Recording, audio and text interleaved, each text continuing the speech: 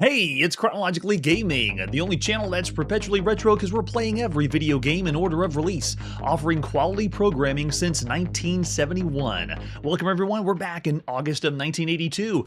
We were playing Donkey Kong Jr. and that song is still in my head. I know it is with yours too. Let's see what our next game is. Actually, before we go to our next game, I have to go back. I want to go review Bomb Squad and do a slight tweak. Whenever I was rating this, I thought of it as all the games of all time instead of console games, so I have to give this a notch, a 1 above, and give it a 4-star rating and not a 0.5-star rating. So Bomb Squad, a tip of the hat. It offers the complexity, fun, and originality, and it is an excellent game. Alright, so without further ado, let's see what's after Donkey Kong 2. It's time to go on the Commodore PET. Anyone remember that? Of all the games in the original Trinity, I would say this is the one that's falling behind compared to the TRS-80 and the Apple II. But here it is. Let's play some Acrobat 2. This is one that we don't have a box for, just a few screenshots, so let's just pop in and play some Acrobat 2. This is by Commodore Japan Limited. It is August 15th, 1982. Oh, yes. Classic. Now, if you look at the outside, the Model 2001 series is the original model of the Commodore PET. At this point, you hopefully in the 3000 series of the Commodore PET.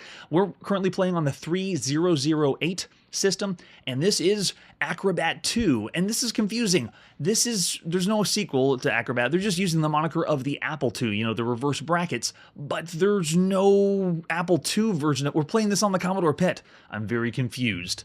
So do we want instructions? Yes. Maybe they'll explain what it is. Acrobat 2. Moving left and right is 4 and 6. The score table is... Oh, that's it. So we just got to move left and right. We have jumps, balloons, and there's all our points so we can score everything. I got it. Man, look at all those. You got to know what the points are in 1982. All right, so spacebar to go. Let's do this. Nice, getting some sound, a little tune. Oh, and we're we just died that fast. Ambulance is a nice touch. Let's try it again. Okay, oh, there it is. I showed up late to the party, and we crashed again. We are playing with some classic Petsky characters. We've been seeing most of these on the Commodore VIC-20, but now we get to have the actual Petsky characters. Look at this. This is awesome. We still have the crunching, crumbling of bodies. Been around with this since December of 1977 when we first played Circus in the arcades. And now we get to play it at home. Man, the sound from the Commodore PET's pretty cool. We hear that quite a bit on home computers, but Commodore PET, though, it's becoming few and far between to see games. The TRS-80, due to the Model 3 that's out, it's been doing a lot better. The games we've been seeing, and it's not really the original TRS-80, but the first series of games that came out in 1977, oh man, we already got a game over? All right. We see a lot more releases, especially arcade titles on the Commodore or the TRS-80, but Commodore PET, we're going to get less and less. All right, no instructions. Let's just go. Yeah, the melting effect. Oh, man. Yeah, the classic green hue. Yeah, it works the way it's supposed to. You just have 2 keys you need, but slightly cumbersome considering the other versions that have been out there. After we saw Circus, we saw it on Bally Astrocade at home, and then we also saw Clowns in 1978, which is essentially the same idea as Circus, and then Atari brought their version home in June of 1980. The best version of this kind of game we've seen, the Clowns or Circus game, was Clowns and Balloons on the Atari 800 in June of this year, in 1982. So that one's a pretty good title. This one, though, I couldn't really call it good, except the fact that I'm just loving playing with solid Petsky characters on the Commodore PET.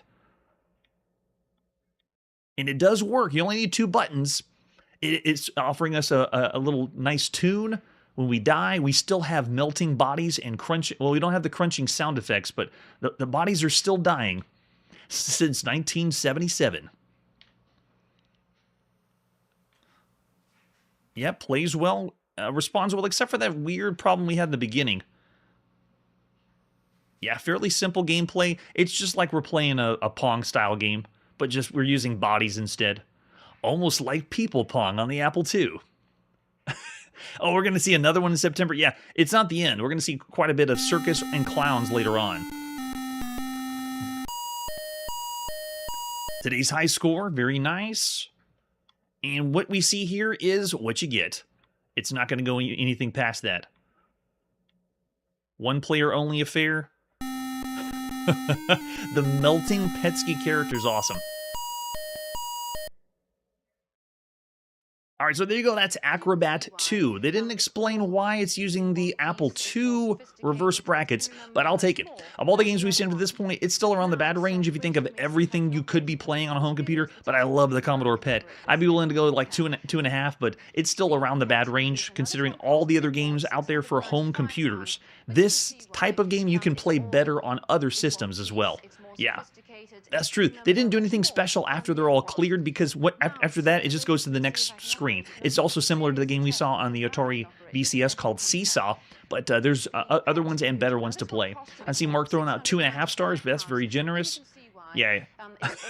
Oh, that's true. If this was only games we were playing on the Commodore PET, yes, I would go higher, but I'm still going to say of all the games, of all the home computers, 2 stars it is. Errol's throwing out 2.5 as well. Yeah. All right. After Acrobat 2, I really don't want to leave the Commodore PET. We don't get as much love. The games are going to be few and far between now. Let's see what's next. It's time to go to the Apple II, the other one that was originally released in 1977. This is Rocky's Boots. If you are familiar with this game, you're in for a treat. If you're not, you're still in for a treat. Let's take a look at the box for Rocky's Boots. This is by The Learning Company, one of the ones that set it out as being The Learning Company. Widely acclaimed electronic erector set, more than 40 games teach the basics of building computers. A software classic, it says on the front of the box. Award-winning program from The Learning Company, and yes, it is award-winning. Oh yeah, especially for programmers. This game it's an educational title, but it's not really for early childhood. It does teach how computers work, like logic-based mini games, but the way it plays the game is what makes this special. It's the game everyone's talking about. Master fundamental concepts of logic and computer circuitry. I'm already getting tingly thinking about it. Designing animated logic machines, simulated computer circuits, and you create your own games in this game. It's a game that you can create your own games. Very, very basic games, though. So there's the 5 1/4 floppy disk to play on the original Apple II. This is going to be released in other places as well. Oh man, so cool. We also have the manual, the later release manual that you would have seen for Rocky's Boots, because this one includes all the other systems. The first one, Apple II, was in 1982. We're not going to see the other ones until much later.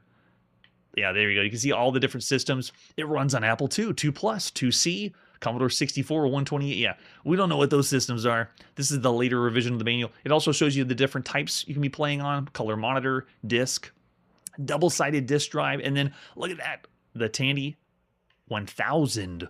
Again, I don't know what they're talking about. All right, so Learning Company. It shows the beginning and history of this company. Started in 1982, where we are now. Possibly with this game, I'm not sure, but we do have an acclaimed developer that worked on this for us. Oh yeah, same engine used in Robot Odyssey. Good shout out there, Curtis. Yeah. No, I don't think so, Victor. All right, so after we do the quick history of the Learning Company, this is a classic hailed by New York Times, apparently. Award-winning Rocky Boots helps develop skills in logical problem solving.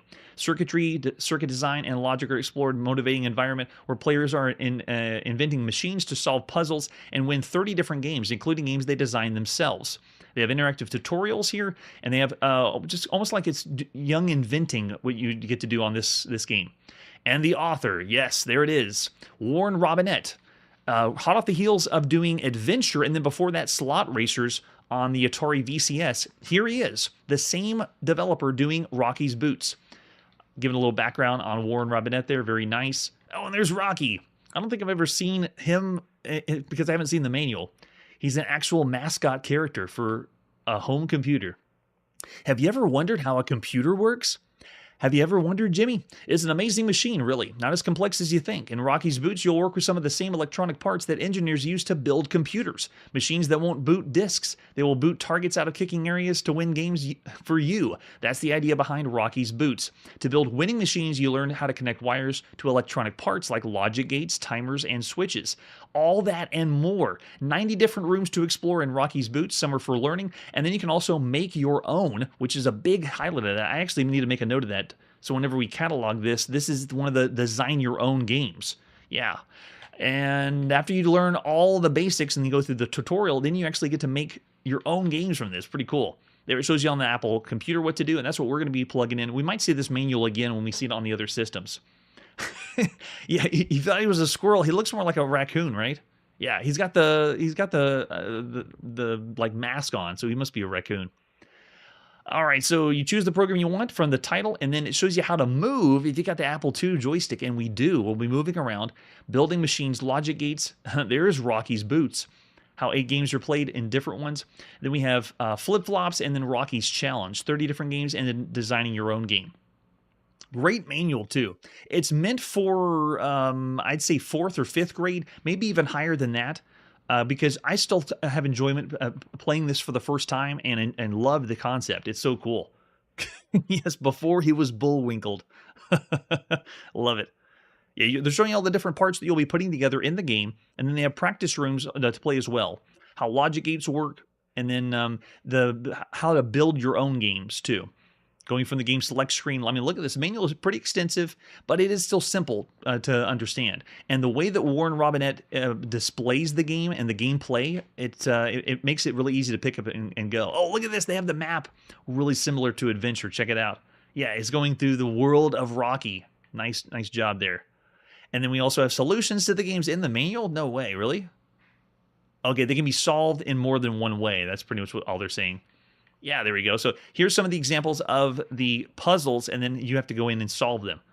Wow, yeah, all these different if and or statements, and then you're trying to complete the loops. That's great. So in a way, it's also part puzzle game too. So you can make your own games over on the left side if you want to. It takes a little bit of time, but if you played a lot and you're familiar with this, especially those that have used this in schools, then it's not one of those games that you were forced to play because you didn't want to. This is truly a really fun title. Look at all that. Yeah, a lot to read here. All the stuff that you would have seen on the electronics too. It's time to pop in and play some Rocky's Boots by Warren Robinett and Leslie Grimm of The Learning Company. It's August 15th, 1982. There it is. All right, so what do we want to do first? Let's just go with how to move. They want you to do it in this order. So we get to control the little orange box. Looks kind of familiar, right? It's very similar to Adventure that we played on the Atari VCS. So we move around. You can also do keyboard, and you can also use the mouse. What? The mouse. Wait. Move the mouse. No, I don't have a mouse plugged into my Apple II right now. It's the future. All right, so what we do is move into the next room, and we just follow the prompts. You're in the different room. It has blue walls. At the door at the bottom leads to the room, and you just follow the path. So it's almost like they're teaching us how to play Adventure on the Atari VCS. But pretty cool that we're doing this on the Apple II. To pick up the bird, you run into it, and you use your joystick button. Yeah, just like Adventure, picking up the items. You don't have to bump into them, though. You have to actually use the button. And then when you want to drop it, push the button again. Yeah, check it out. So cool. Yes, and much more fun than electrocuting yourself using circuit boards. You can move faster on the keyboard by using the repeat key, but if you notice on the joystick, I have really slow movement and fast movement. Fine-tuned controls. To make the noisy bird quiet, use Control S, and we've seen that hotkey on the Apple II to turn off sound. We're going to keep that bird going. He can keep making noise. We'll keep going down here. And then to move move small steps at a time, you have on the joystick you already have that, but if you want to do that on the keyboard, use I, J, and K. So we pick up Lincoln's hat, and then just place it on his head. Beautiful. And then go to the next room. And then Mrs. Bones or Miss Bones says, "Take me out." I don't really want to take you out, but it's showing you how to use the key, put it in the key socket. In a way, I feel like I'm programming a more advanced Adventure on the Atari. And then there's Mrs. Bones. Can we do anything with her? Whoa, look at that. That's awesome. And they get put back together. I want to carry this around. Can we go to the next room with it? Wow, so cool. Yeah, it feels like I'm playing an advanced Adventure. To see the list of all special keys, you can type in the question mark. And then when you want to end how to move, we can press escape. And there he is, Rocky the Raccoon. In true form. Can we pick up Rocky? Yes, we can. Drag him around. Love it. So cool. All right, so press escape again to go to the main menu, and now we go to building machines. So I'm pushing number 2. Welcome to the machine builder. To learn, you go this way. Look how intuitive the interface is. Now, we don't play too many adventure or educational titles here on the channel, and most of them, if they're for early childhood, we breeze by them. I wanted to showcase this one because it's not necessarily for early childhood. It is educational, but it is a very impressive game in its own right. Look how well the user interface is. Oh, that's true for programming. Oh, that's a good point that they taught him that. Machines are like the lights in a house. Electricity turns them on. In this game, you can see the electricity. It's orange. Ooh, can we touch? Oh, so cool. And you can interact with what you're learning about. So let's move on to the next room. The little square shows where you are is orange. That means you have electricity. You can use it to turn things on. To turn this on and off sign, all you have to do is move on top of it. Oh, look, and they're teaching the binary, turning on and off the socket. So cool. Electricity gets in through the hole and turns it on. I'm learning so much already. Let's keep going. Here's another object if you can turn on and off. It's a clacker. You move on top of the socket. It's also called an input. This is because you have to put electricity in to turn it on. Man, if only I had this and played this whenever it first came out. Yes, that's a cool story, Errol. There's 2 more objects with input sockets, so let's do this one. Nice. Oh, okay, and this one moves forward like it's blowing air forward. Love it. See what they do? There's the Rocky's boots. That one actually kicks it. Awesome. Nice. So we turn those on, and this is a wire. Turn it on, the electricity flows from one end to the other, and you can see it does. It has an input socket on the end and an arrow on the other. The arrow is called the output because electricity comes out of it. Whoa. Warren Robinette's a genius. Arrow plug into sockets, grab the wire, and move its arrow close to the clacker's socket. Okay, so here we go. We got our arrow. Let's go ahead and pick it up, move it close. And then you connect it. Oh, so cool. And then the clacker goes. When you see the arrow hopping back and forth, it means it wants to plug in while it's hopping. Drop the wire. Now the clacker and wire are plugged together. Turn the wire and watch what happens. There you go. This is a splitter. It's used for setting the arrow out of the socket. We're getting the arrow out of the socket. They plug together very tightly, so you need a splitter to get them apart. Get the wire clacker, pick up the splitter, and bring it near the joint to split the clacker and wire apart. All right, let's go do it. Can we do it here? Move them together, and then you can move those there. There you go.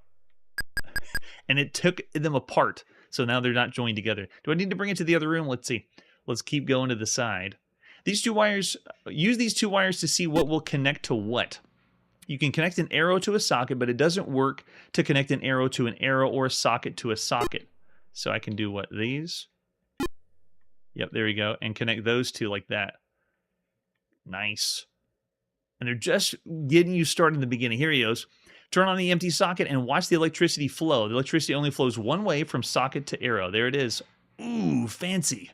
And then it turns off the same way. So cool. That's right. It does seem like we're playing an ad, but so well done. It's so cool. This is a blue sensor. It turns on whenever a blue object touches it. The blue part of it. This is what the blue egg it used to turn the sensor on. So let's pick up our blue egg and touch the blue part of it. It turns on whenever a blue object touches the blue part of it. Got it. Ah, yeah, there we go. Touch the blue object to the blue part and turn it on. We even are allowed to drag things from room to room, which is kind of cool. Plug the blue sensor into the clacker, then move the whole thing so the moving blue block runs over the blue sensor. Okay, so the blue sensor into the blue clacker. There you go. And then move the whole thing over to the blue block. So pick the whole thing up, and then it's going to pass by. As soon as the blue hits it, it'll clack. Nice. And this is the blue sensor. If the blue object touches it, its blue part, it will turn on. So you can do the blue triangle and move it over there like that. And you can connect the sensor to this on-off sign, and you can see it's not going to turn on until I put it over the top. Ooh, fancy. Oh, yes. That and many other stores that we've already seen several here on the channel so far. It's amazing. Now you know about wires, clackers, and sensors and how to build machines using them. You can learn about some more machine parts in logic gates. After that, you can play Rocky's Boots. Press escape when you're ready to go to the menu. And we have the practice rooms. So here's the beginning practice rooms. And you're putting the parts together and figuring out the puzzle for it. Does it allow us to go to the next room? Let's see. Yeah, there we go. Here's the practice room. Awesome. So that's putting the parts together. And then what you can... Oh, this is awesome. So cool. And you just go back when you want to leave to go to the main menu. And now you can start doing the logic gates and then play the Rocky's Boots game. So that's just a preview of how the game's interface works and parts of the puzzle. But there's so much more. There's the logic gate learning, the game Rocky's Boots, playing the game Flip-Flops, Rocky's Challenge, which is where you can build your own. There's just a lot here in this game. So more than I could do justice here on the live show, but just so you can see what it looks like. It is a really impressive game for the time. All right, so after Rocky's Boots, of all the games you could play on a home computer, I can understand you saying, well, I mean, it's an educational title, and it's not necessarily as fun as other games you could play. I say this is an exceptional game. Of all the games you can play on a home computer, I'm going to say 4 stars for Rocky's Boots. There's more to it than this because you can also build your own games from that. I would love to see or hear from the chat if they are familiar with Rocky's Boots or did play this at the time. Compared to everything we've seen so far as home computer games, is this an excellent title for you, or is this even in the realm of one of the best computer games you could play up to this point? Oh, Curtis is going 4 or 4.5. Yeah, I almost thought about 4.5, but then I thought this may not be one of the best computer games you could play of all of them. Yes, that's true. We're not gonna see that one until a lot later. But yeah, I'm still going to say 4 stars. Rocky's Boots shouldn't be missed. It's a pretty good one. Of all the games you could play. Yeah, I've never seen or heard of this game until someone brought it up on the interview on Coco Nation Live. All right, so after Rocky's Boots, let's see what our next game is. It's time to go to the arcade again and play Calypso. The release of Calypso. Not familiar with this one. Let's take a look at the ad for Calypso. Bring new life into your systems. This is by Tago Electronics. And this must be a conversion kit where you're turning your system or current arcade system into Calypso. Yes. And they're doing the Frankenstein motif. Nice touch. And there's some other stuff by Tago Electronics. The only other one we played is Anteater. A true classic in the arcades, but Calypso, I'm not familiar with that one. That's true. It is the only educational title that we've seen so far that teaches electronics and computing rather than something more obscure. But we're not even going to see Oregon Trail till later. Yeah, there's the fake arcade cabinet for Calypso, the arcade PCB. All you need is an 8-way joystick and the fire button, but this does offer 2 players to play simultaneously. So if you got a buddy that's in the arcades, you can play together and work together. Let's go to the arcades and play Calypso. This is Tago Electronics, August 16th, 1982. There we go. Now, this one is... I was told it was North America because Stern Electronics eventually will port this at some other time, but I'm not familiar with Tago. This could have been only in North America or it could have been in other regions. Let me know if you've seen Calypso out in the wild. It's playing the attract mode for us now. Very interesting. All right, so the gameplay is... It looks like we're playing another like multi-directional shooter. We're going to be moving a character around and shooting on the screen, kind of like a twin-stick shooter. But it's the underwater theme, swimming around. Oh, wow. You're talking about the teletype or the original Oregon Trail? Yeah, that one we didn't play, the one that uses the paper that prints out.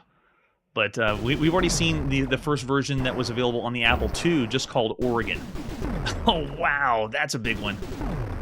All right, so let's go ahead and put a coin in and see what it's like. I'm putting money in. Anything? Oh, there we go. It wanted to respond whenever it wanted to. Okay, so I'm at the top of the screen. I'm a diver. Let's see, where's my fire? There we go. So I got 8-way movement. Do I have 8-way? Yeah, 8-way shot. Okay, so this one's being programmed and controlled just like a game we played before called Tasmania. Tasmania looks like it's a twin-stick shooter like Robotron 2084, but it doesn't control that way. I have to stop before I can shoot. So every time I make a shot, I have to stand still. So make go right down to the bottom, pick up the treasure chest. Nice.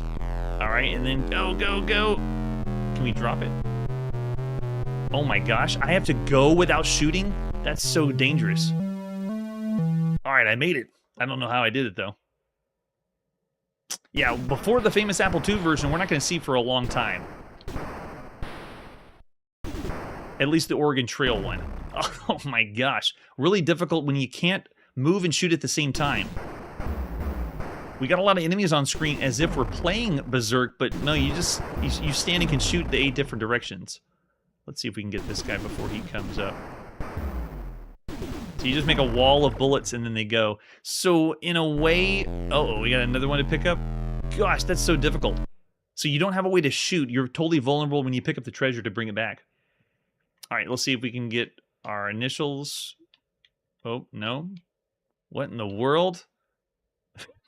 That was not responding. I have the 8-way joystick, and it wasn't letting me select the letters I wanted to. All right, let's try it again. And we can also do team play. Let me plug a second one in, and let's go with 2 players. Let's see how this one works. Wow, look at that. Oh, we already died really fast. So yeah, it's 2 players simultaneous play. Nice touch. Yeah, that's them going at the same time. Okay, we'll see if we can go to the next screen. Wow, that's pretty cool that you had access to that. There's so many games that were available on mainframe or larger systems before the trinity of home computers, and we didn't touch on those on the channel. I kind of allude to them and just say I know that they existed, but we didn't play them or showcase them. Wow, yeah, this is really hard. Whenever you don't have 2 joysticks to move and shoot at the same time, it would have done this one better. Kind of like I said with the game Tasmania in the arcade. Calypso would be playing better and be a lot easier and more fun to play if we had the twin stick. So I'm just going to hold here and shoot in one direction because I can't move and shoot at the same time. When we were playing the game Tasmania, it was brought to my attention that it may have been made this way to be easy for home ports, but this is all we get. Calypso is never brought to anything at home, at least to my knowledge. And now we just... Gosh, that's so hard. Yeah, I can't drop it to go shoot again. You just are totally vulnerable once you pick up the chest. Let me see if I can try it again.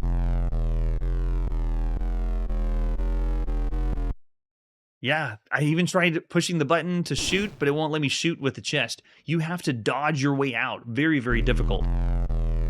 While 2 enemies are coming at you.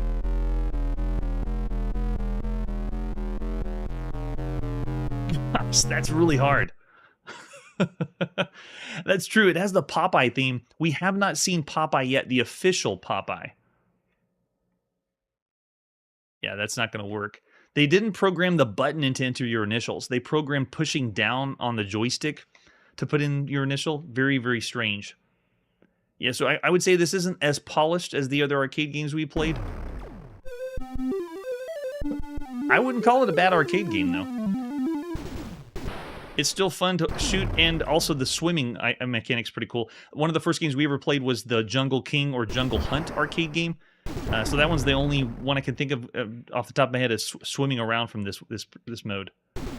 Unless you want to think of us playing Shark, where we played as the shark in the water, swimming around. Yeah, I'm thinking average 2 mark, around 3 stars of all the arcade games we've seen so far. And the reason I would say that is because the 2 player at the same time. Working together to play would be a much better experience than 1 player, especially when you're picking up the treasure at the bottom on 2 players.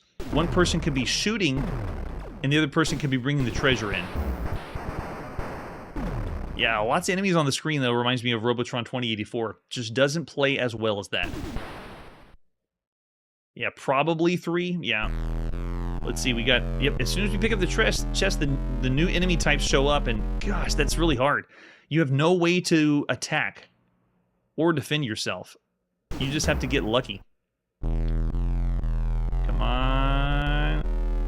And then hope you get to the top before they do quickly. Yes, there we go. We got it. Wow. A lot of luck involved on that one. Manly's throwing out 3.5 stars, slightly above average, considering all the arcade games. I don't know, in a world where there's Frogger, Donkey Kong Jr., Jungle King, Pac-Man, Galaga, all the other ones we've seen so far, you can tell how Calypso was one not featured or not seen as much. But of all the games we've seen so far, I would still say Calypso is around average. 3 stars for Calypso. The 2-player mode is what would really make this shine. But I'm considering that for the 3-star rating, too. Yeah. Yeah, if you want to call those crabs, they look like crabs. Maybe they were the evil auto of Calypso. Wow. All right, with that, let's see what our next game is. But first, a word from our sponsor. Okay, this is advanced. Okay, this is Advanced Dungeons and Dragons video game cartridge. You have to buy it separately to play on the Intellivision video game system. Mom and Dad have to hook I it heard up that to voice the TV. so much on What next? We're trying commercials. to find the crown, but it's real easy to get lost. So don't be surprised if the dragon finds you first. Holy cats, you just killed the dragon. Holy cats. I didn't mean it. Advanced Dungeons and Dragons video game cartridge and Intellivision master component from Mattel. See, all you gotta do, kids, is get a spot in the classic movie E.T., and then you just be found everywhere. This, ladies and gentlemen, is Advanced Dungeons and Dragons for your Mattel Intellivision. Let's take a look at the box. Oh man, yes. The artwork is so cool. This is the very first Advanced Dungeons & Dragons video game. There is an official Dungeons & Dragons handheld that we played. Every other video game we played up to this point has been inspired by Dungeons & Dragons or an homage to Dungeons & Dragons. This is the very first Advanced Dungeons & Dragons video game. And the front of the box really shows it off. The words cartridge under Advanced Dungeons & Dragons had to be put there because of TSR Hobbies, who owns the rights right now to Dungeons & Dragons. And so they put the word cartridge there, so it's kind of small, but I would still just call this Advanced Dungeons & Dragons. Let's flip it over the back. Journey to a land of treasure, adventure, and dark, dark danger. Lead a 3-man expedition through winding mountain caverns in search of tools and arrows. Within the caverns, deadly monsters lie in wait. Slay the monsters, overcome the obstacles of a hostile land, and enter the legendary Cloudy Mountain. Here you'll find the Crown of Kings and the deadliest terror of all, the Winged Dragons. Man, I remember the scariness of the monsters that you're going to fight because it's very quiet. I remember it not being very loud. So one or more people can play this. You have 4 skill levels, lots of different obstacles, lots of things to unpack because this is another game of firsts for home consoles. Let's see the other artwork we have for Advanced Dungeons & Dragons. We have the cruddy and then the cleaned up box. Oh, fresh, clean box. Nice. That's right. It was called Cloudy Mountain later and then Crown of Kings. And there's going to be another one we see on Intellivision. Yes. All this during the Satanic Panic. So besides the box, we also have the ad you would have seen in comic books at the time. I believe this one was found in DC Comics. The video game where danger lurks around every bend in your quest for the Golden Crown. So cool. See, they still have the cartridge words below the game. It's the one you're going to play on the cartridge, just to make sure you know you're not playing real Dungeons & Dragons, the tabletop game. And it is in television, so you got to know what the overlay is on your hand controller. Look at that. They got TSR Hobbies written all over it. This one actually is extremely complicated, but it does enough to make you have a really good time. Really? You still have the comics with the ads? That's awesome. Here's the cartridge we're going to pop in our Intellivision. So cool. With the artwork, it's fantastic. Let's see what the manual has for Advanced Dungeons & Dragons on the Intellivision. Really excited to play this one. Oh, look at that. Zoomed in pixel art. Nice job, guys. Yeah, that's where we are. The action. The 3-man expedition is pretty much like 3 lives. It's not like you're controlling a team of people. And this is also a kind of misleading game. It's not really a true role-playing game. This isn't true Dungeons & Dragons. It's more of like we're playing a advanced Berserk game, and we'll get into that when we boot it up. The cartridge is designed by one person to play against the computer, but 2 or more people can play. However, they take turns leading the expedition through the mountain. So even though you're leading a 3-man team, that's really just the lives you have. And every time that you die, you can switch off, the controller to one person or the other. You're all going to be sharing one controller. Yes. I don't know how the sales would be, because this was during the Satanic Panic. Did this even sell well? I asked that question when we play lots of games that feature Satan, Devil, or Dungeons & Dragons. So here's the controls. Once you have the overlay, the number keys are going to be how we shoot our arrows, and then if we want to move the expedition from the top view, we can, and then down at the bottom, you can count the number of arrows and check those. And then when you're inside of the cave, it changes up a little bit. The arrows shoot. You can run with the side buttons, picking up objects, and then exit the mountain, and then you use the disc at the bottom to walk around. The outside edge of the disc in any direction you want to walk around, and then you push the button on the side if you want them to run. And then when you begin the game, you select the skill level you want. You can do Soldier of Fortune, Weekend Adventurer, Sightseer, and then Hero, which is, I always find that confusing. On the Mattel Intellivision, the hardest difficulty was moving the disc, and most people are going to move the disc. So I'm sure there's a lot of people that played Intellivision games on the hard difficulty and didn't realize they had selected the hard difficulty. So as it gets harder, monsters move faster, there's fewer arrows, and that's why I like playing with lots of arrows. Only by mastering the art of monster tracking can you easily win the hardest level. Your expedition is represented by 3 blinking squares, and they begin the game with an overview map, like a top-down map for games we've seen on home computers, but not on the home console. Yeah, there was a huge smear campaign. So how did this game even sell? Maybe because the Intellivision didn't have a lot, because this game wasn't anywhere else. This is the only place you could play Advanced Dungeons and Dragons. It's not on any other consoles. So when you're on the main screen, you have brown mountains, black mountains, forests, rivers, and some of these you can only cross until you get a certain item in the game. The color of the cloudy mountain reflects the skill level of the game, and the cloudy mountain is where your destination is. You got to get there to fight the dragon and get the pieces of the crown. If you play on easy, medium, hard, or medium hard, it shows the different colors of the mountain. And we have obstacles to pass by. The brown mountains are totally impassable. Black ones contain caves that give you passage. Rivers can only be crossed with a boat. Forests only can be cleared by an axe. Walls can only be crossed when you get the key. So the boat, the axe, and the key is what you're going to find inside of dungeons. Those are the tools in the game, and they can be used repeatedly. So once you have an axe or a key, it's just always there, and you can cross every time. So you shouldn't have to finish a dungeon with another key because you already got the key. Without the right tool, you're only able to pass the obstacle. If you have black mountains, monsters or other nasty creatures and tools, and 1 exit. So I think they haven't broken down the colors, right? Yeah, they haven't broken down. Every mountain has a color represented by what's going to be inside. Like, for example, if you see a blue mountain, that's going to be one that has the boat inside of it. So you move your expedition around the top screen, and then you go down to the dungeons afterward. After you go inside the dungeon, you have quivers. There it is. Okay, so here's the different colors. If it's a gray mountain that you go inside, it's only going to have arrows to find.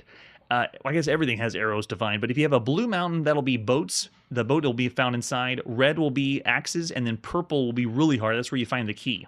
Then once you enter the mountain, they have the different cave systems. The game now switches to a kind of a progressively drawn a tunnel system.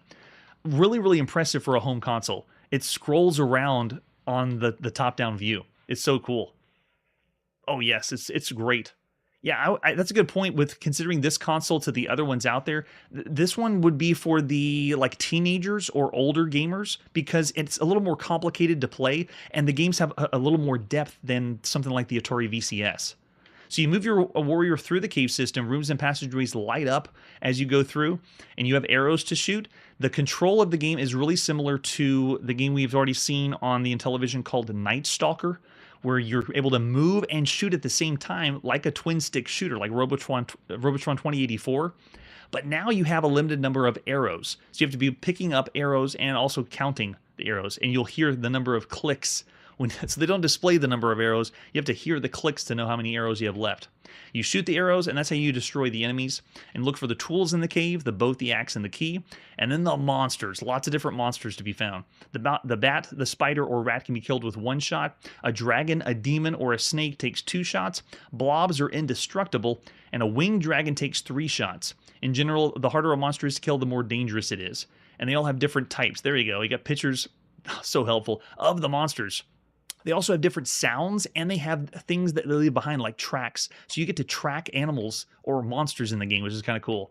So there you go. You got the bat, the spider, rat, snake, blob, demon. That's obviously the dragon, and that's obviously the winged dragon. And then when you get hurt, your character's color determines how hurt you are. If you're black, you're strong. Blue means wounded. Red means seriously hurt. If you're killed, your warrior disintegrates. And if you're killed, another one takes its place. They'll show you on your party of 3 little dots when you have 2 dots left and then 1 dot left. When all 3 warriors are killed, the game ends. The strategy map appears with a tombstone on the spot where the last warrior died.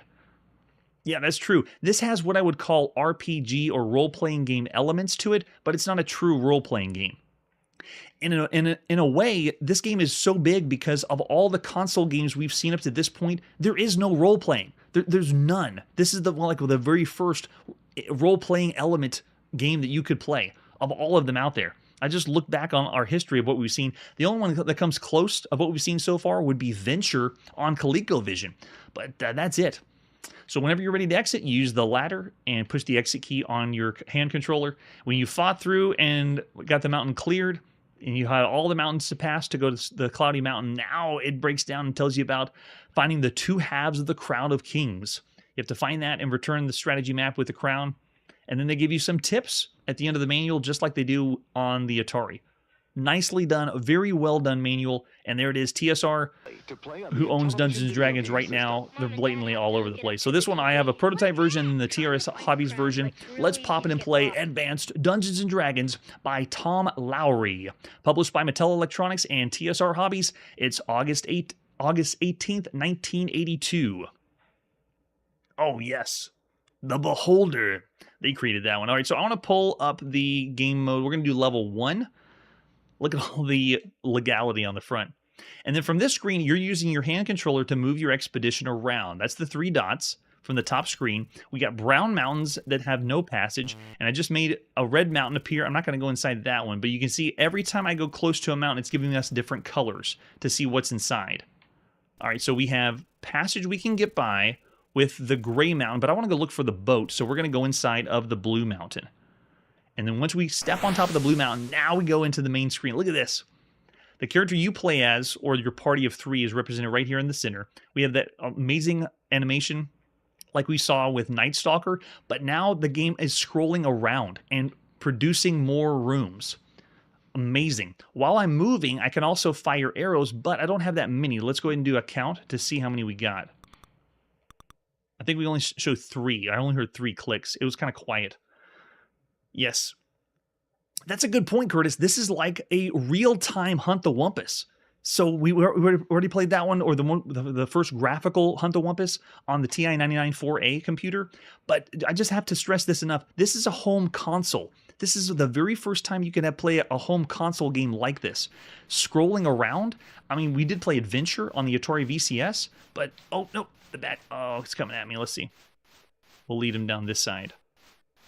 And then when you're ready to fire, 1 shot for the bat. Nice. Got an animation of his death going in the cloud of smoke. And every time you go down in the dungeon, every time you go to the top view map, it's all random too. So you get a different experience every time you play. This map, you won't be able to duplicate. You just have to go through the maze yourself. But the dungeon maze is going to wrap around kind of like a globe. We have to avoid the blob. That one's indestructible. So you can see another blob showed up on this side. We'll come back to that one. I'm looking around for the boat inside this part of the screen. And it is it's totally silent. You're meant to listen to the monster sounds as you get close. Oh, there we go. We got one. Pick it up. So we got some more arrows. How many we got now? Oh, plenty of arrows. You hear all those clicks? It's kind of quiet, but that's number of clicks is how many arrows we have left. Uh-oh, no. Oh, he got us. So we appeared out of the darkness, and he killed us. So let's see if we can go back to his spot and take him out. So now we have the second adventurer in our party that's taken over, who looks suspiciously like our first adventurer. Yeah, this is one of the most impressive games you can play on a home console.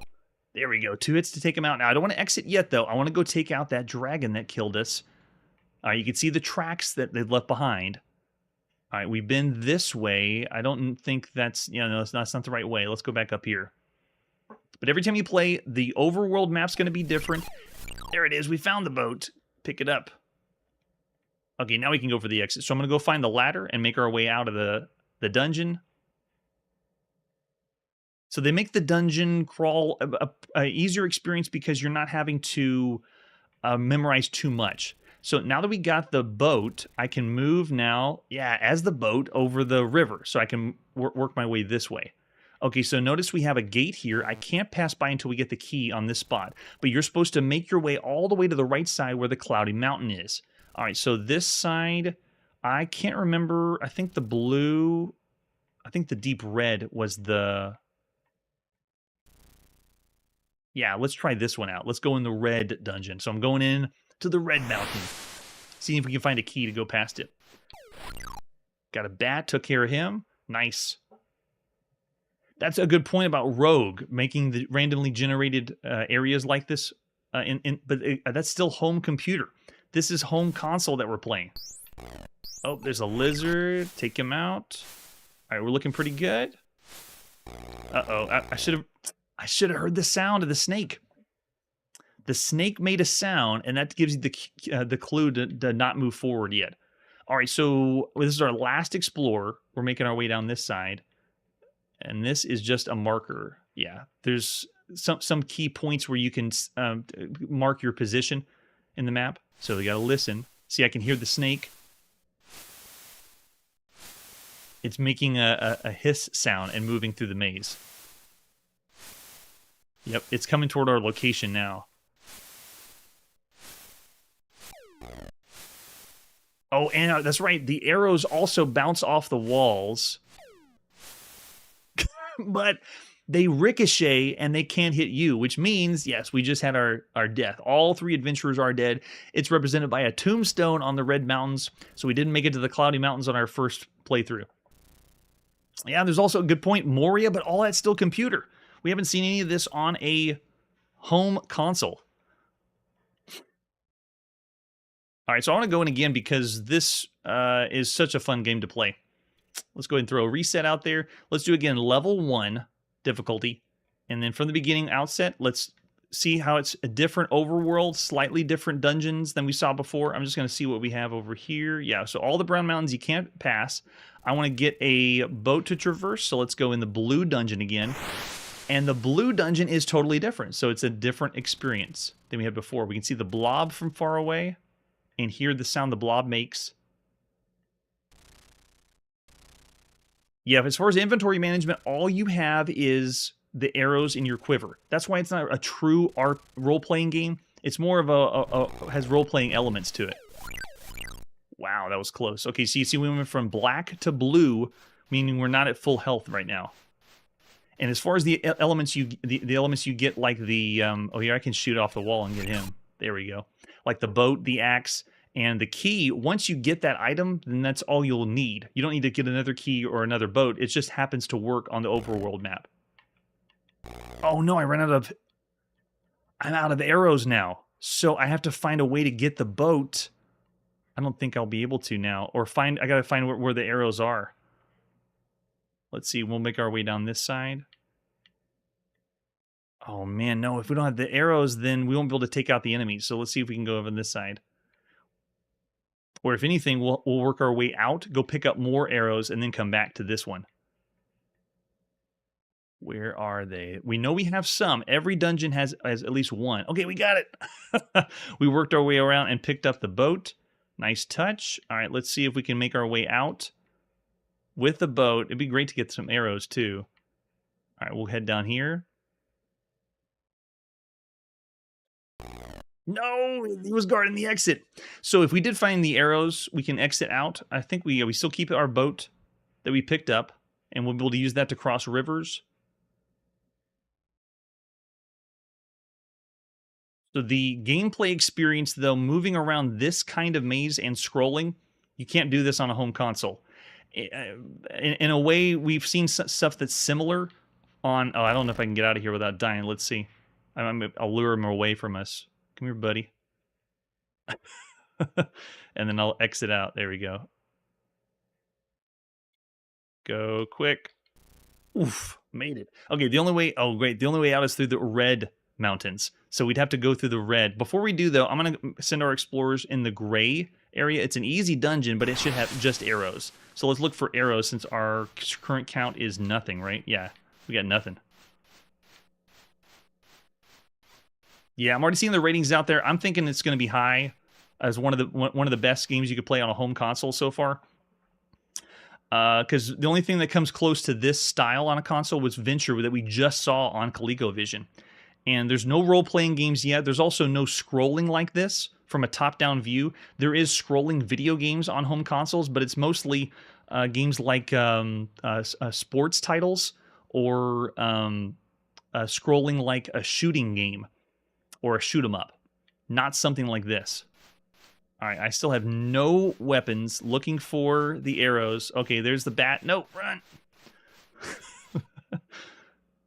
I just came in here to get some arrows and then get out so I can go to the red cavern. Okay, there we go. We got some, but it's being guarded by a lizard. So I gotta lure him around. So you could think of the game as kind of like... it plays more like Nightcrawler or Berserk, but it has the limited inventory, where you don't have a lot of arrows to just fire and fire. It's the same control scheme, but the idea of limiting your inventory of the arrows will work. Okay, check it out. Let's fire. Yes, I love the ricochet mechanic. So cool. Yeah, I don't think we'll see that till 1983, right? Up to this point, though, this is one of the best games you can play on a home console. And also, if you don't have a home computer and you only have a home console, this is the closest right now you'll get to playing any kind of role-playing game.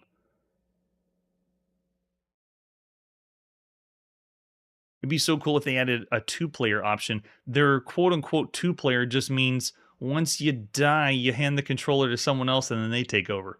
It doesn't use the second hand controller. Oh, melee and inventory? Right, yeah, it's only the... Oh, no! I heard the sound. That's the other part, too, is you get used to what animal or what monsters nearby or not. Yeah, isn't it great? It's so much fun. A massive single-player experience on your home console. I wouldn't expect anything less from the Mattel and Television. All right, let's see how many arrows we got. That's a lot. So there's a few ticks that tell you how many arrows. It's just the sound you get. Make our way, building up the maze. So that's the sound of the lizard. And the longer you play, you start to pick up on which sound which monster does and know it's going to be in the next room. Like right there, that's not the sound of the snake. Here, let's shoot an arrow. Awesome. And use that to your advantage. I think you can shoot in the darkness too, but you just risk it bouncing back and hitting you. Yeah, like that one would have bounced back and hit us. All right, so we got some more arrows. Nice. Pick those up. Very well done. If I had a choice right now between Night Stalker or this, Night Stalker feels like more of an old school classic arcade game. This one feels more like you're playing an experience with an objective that has a longer. I'd be playing this longer than I would have played Night Stalker. There we go. Made it to the exit, and we're out of here. So now we have our. We only have one explorer left. One single dot that's left to play. We do have the boat, but we have to make ourselves across to the other side. So let's go ahead and travel through. Let's go to where we came before. And notice the blue mountains don't lead us to a dungeon because we already finished it. We can now make our way to the red ones. And this one is the new dungeon. Let's check our arrow count. Yep, looking good. Make our way down here. I hear the bat, but I don't see it yet. Okay, it's not in this corner. We'll keep making our way through this one. So the red area, I believe that one's going to give us the axe. Or it might be the key. No, the key, I think the key's purple mountains. So no sounds and no tracks. I loved the Hunt the Wumpus reference, Curtis. That's a good point. This is like real-time Hunt the Wumpus. And this is on a console, not on a computer. So much fun. And every time you play, it's randomly generating it, but it's not true like a roguelike, but it is making a random environment to play. Very impressive. All right, we got a little landmark there with the skull. Make our way up the top here. Don't hear anything. Oh! He got the jump on us. There we go. Got the lizard. This is our last explorer. There's the bat. And you can use the sounds to help you because if you know an enemy's coming, you can go ahead and just shoot, make a shot in the dark to see what happens. All right, making our way here. All right, looking good. There's the invincible blob. All right, Victor's throwing out 4.5 stars. Yeah, of all the games you can play on a home console, this is one of the best. There you go. You see the ricochet going all the way around. So cool. All right, let's go up here. We might find the stairs this way. There, he's guarding. All right, that's it. How much do we have left? Okay, plenty of arrows. Nice. Okay, so we can go ahead and exit. I'm not going to get the treasure that's in this one. And now, since we got the boat, we can travel across the river, make our way to this side. Now, the forest area looks like this. It's almost looks like a marsh to me from this top-down view, but when you get the axe, you can work your way through the forest. Since we don't have the axe, we can't make our way through the forest, so I'm going to check all these mountains here. Looks like the only way we can pass through is we're going to have to find the axe in one of the dungeons to make our way around to the Cloudy Mountain. And then as you make your way over to the side, you eventually make it to the Cloudy Mountain, and then fight the last boss, the winged dragon, and then find the pieces of the crown. So epic, so cool. It is not a true Dungeons and Dragons experience, but it's done with a great balance of action and using the complexity of the Mattel and television. That's a good point. We're not going to see that until way later. 87, 88? Wow. So this is done phenomenally well. Of all the games we've seen on home console, I'm going full marks. 5 stars. Of all the games you could play up to this point, this is one that shouldn't be missed. For home console games, this one's king. Advanced Dungeons & Dragons is awesome in August of 1982. Mark's going 4 stars. Curtis throwing 4.5 stars out there. Nicely done. All right, it's time to put the video game playing on pause. That was a massive game. So many things, and I want to keep playing it now. Let's go back and play it right now. We'll have to continue next time, so tune in next episode where we find lemmings in 1982. That's it for today, and like I always say, everything's more fun with a digital joystick. Hey everybody, thanks for checking out the channel and joining me on my quest to play every single video game in order of release. We'll be streaming live every weekday at 9 p.m. Central, so join us and let us know if we miss any games along the way. This video would not be possible without Launchbox, RetroArch, and MAME. Tell all your friends there's some crazy guy named Chronologically Gaming trying to play every single video game. We have links down below that'll send you to places like our Discord and Patreon, and one that says all the video games we've ever played. If you go there, it's a list of everything, and you can click right to the game you want to see. Chronologically Gaming is the name to look for. We are perpetually retro, and we will catch you next time.